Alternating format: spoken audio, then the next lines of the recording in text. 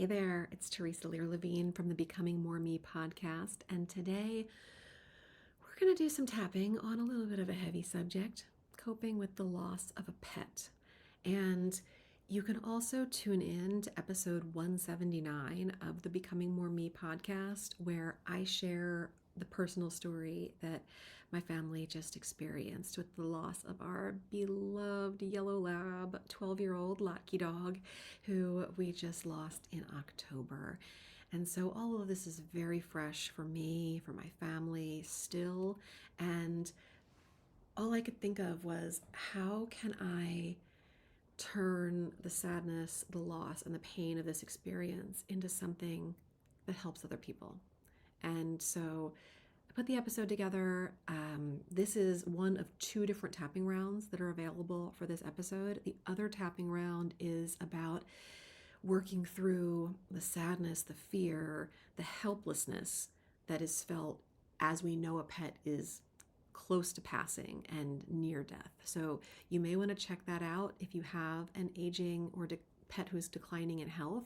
And then if you have already lost your pet, this is going to be really helpful for processing some of those emotions. Much like the other round of tapping, I'm going to personalize this to our experience with our dog Lotkie. I encourage you to personalize this as you're tapping along with me and repeating back what I'm saying to the name of your pet. Your pet might not even be a dog. You might have a canary or a turtle or a lizard or a chinchilla. It could be any pet, but you loved them and they're gone and you're grieving, and this will help.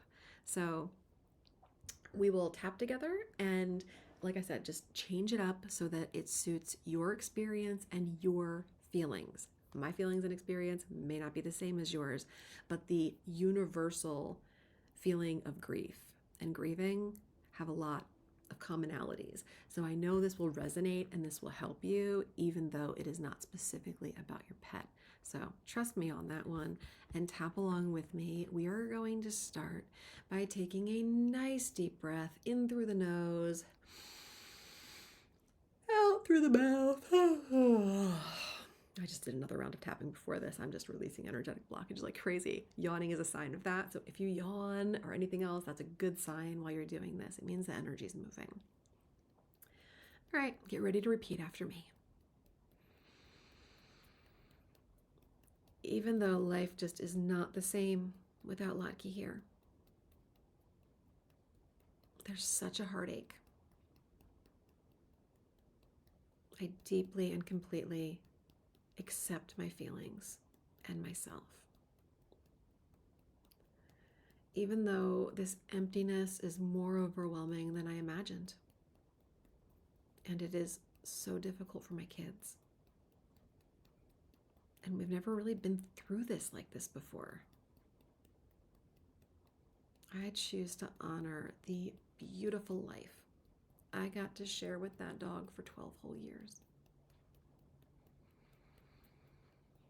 And even though it is so hard to let go and to see him transition from his physical body to ashes sitting on our mantle,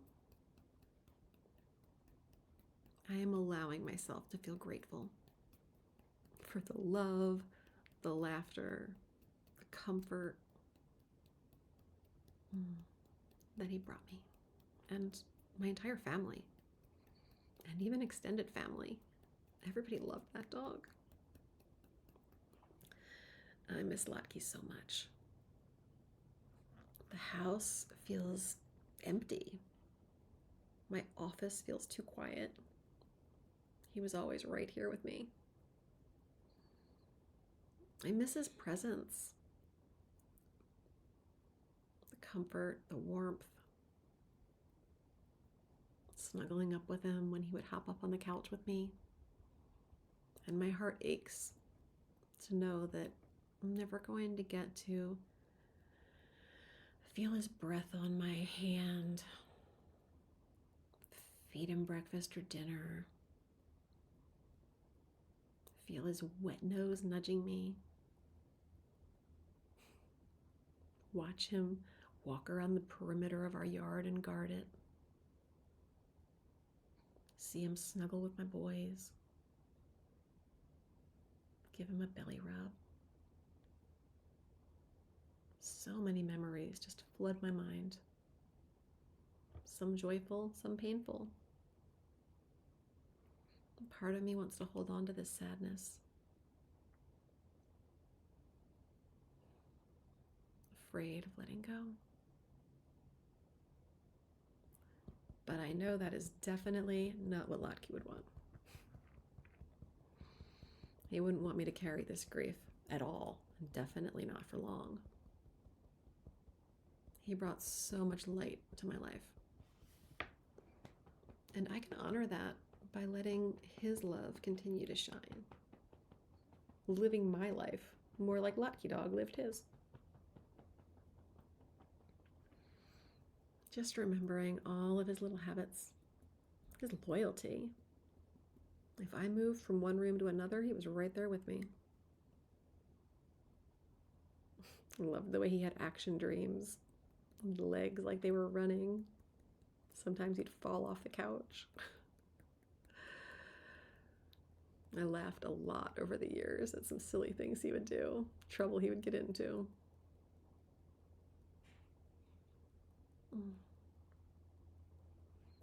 Just allowing these memories to fill me with peace instead of with pain. Celebrating Lotke's life and all the ways he enriched mine and continues to, even though he's left his physical body. Feeling really at peace, knowing that he chose when he was going to pass, and that it was peaceful, and that he didn't seem bothered at all. He just seemed ready. He got to see everybody he loved, and in his own way, he got to say goodbye. And so did we, and I'm so grateful for that. Lotke's spirit is with me, just woven into the fabric of my heart.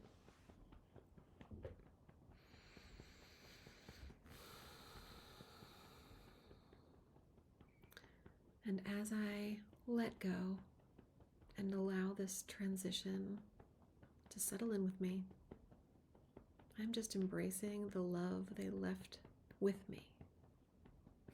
It's a gift that will live on forever, and I'm so grateful that I had the experience of his love and loving him. All right, take another nice deep breath.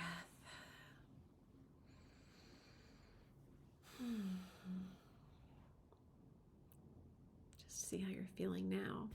I think I may have forgotten to ask you to assess things at the beginning. If I did, it probably would have been good to assess how sad or how much grief you were experiencing before we started tapping. And if you want to assess it now, just notice if it feels like it was less than it was before. Hopefully it is.